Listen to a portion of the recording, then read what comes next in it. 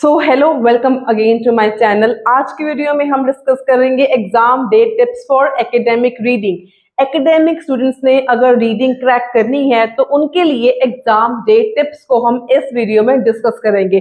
Video को skip मत करना, वीडियो को एंड तक जरूर देखना क्योंकि ये टिप्स आपको एग्जाम क्रैक करने में बहुत ही ज्यादा हेल्प करेंगे। तो सबसे पहला नंबर टिप क्या है, आपने सेंटेंस कंप्लीशन वाले क्वेश्चंस कोई भी नहीं छोड़ के आने। सेकेंडली, सेंटेंस कंप्लीशन क्वेश्चंस आपके गलत नहीं होने चाहिए। सेंटेंस कंप्लीशन क्वेश्चंस कैसे करने हैं वो मैंने अपनी वीडियोस में ऑलरेडी आपको बता रखा है। I will drop the link in the description box below. But fill in the blanks करने के लिए सबसे बेस्ट टिप है underlining the keywords, the words before and the word after blank will help you to get the correct answer. तो इस चीज को आपने डेफिनेटली याद रखना है। सेकेंड थिंग आती है आपकी true false not given and yes no not given. These are also very important for academic reading IELTS. So आपके true false and yes no भी कहीं पर भी नहीं गलत होने चाहिए। इसकी वीडियो भी आई will drop the link in the description box below कि आपने ट्रू फॉल्स नॉट गिवन अच्छे से कैसे करने हैं। टिप नंबर 3, जो ट्रू फॉल्स हैं एंड सेंटेंस कंप्लीशन क्वेश्चंस हैं, ये 100% आपको पेपर में आने ही आने हैं। एंड इन दो टाइप्स ऑफ क्वेश्चंस को मिलाकर ही आपके मिनिमम 12 to 15 क्वेश्चंस बन जाते हैं। इसीलिए आई एम स्ट्रेसिंग कि fill in the blanks and true false yes no वाले क्वेश्चंस आपके गलत नहीं होने चाहिए। उनकी बहुत अच्छे से प्रैक्टिस कर लेना from books number 16, 17 and book number 18।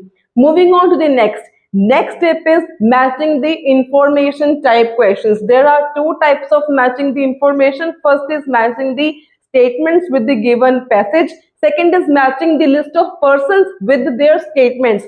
These are very important types of questions and 99% they are likely to come in the 6th April IELTS exam.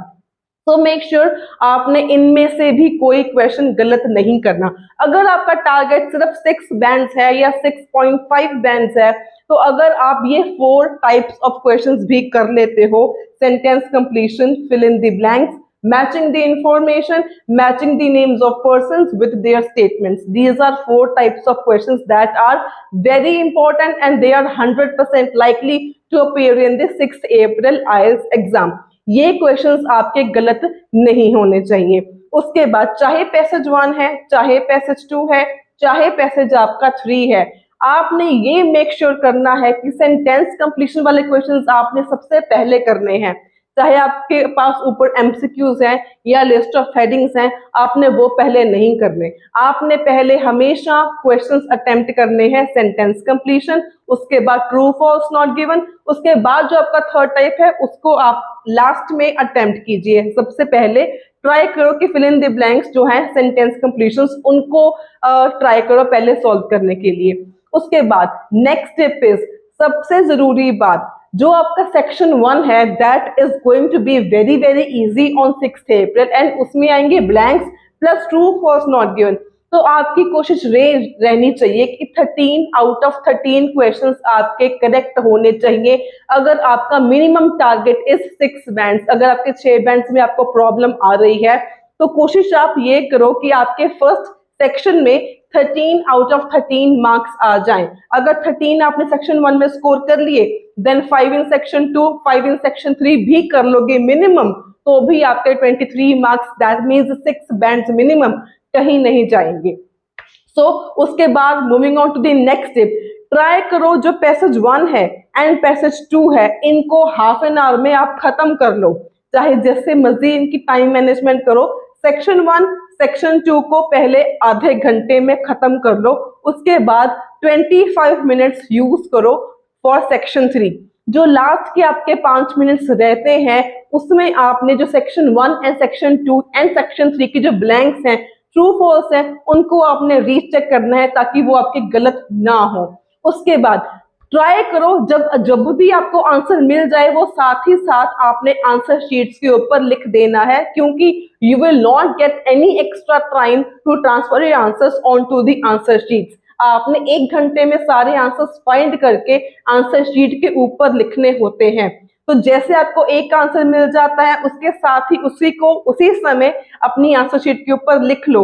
इसका कारण क्या है, एक तो आपका टाइम बचेगा, एक आप जो भी आंसर ढूंढ लिया आपने साथ ही में लिख लिया तो वो आप गलत नहीं करोगे। कई बार बच्चे जब उतारते हैं answers on the answer sheet तो वहीं पर बच्चे गलती कर जाते हैं, जहां पर उनके 6 बैंड की बजाय 5.5 या 5 रह जाते हैं। अगर आप साथ ही साथ नोट कर लोगे तो आपको गलत नहीं होगा, गड़बड़ नहीं होगी, आपके बैंड्स बच जाएंगे। उसके बाद आपने जो आंसर्स लिखने हैं on the answers, right all the answers in capital letters only.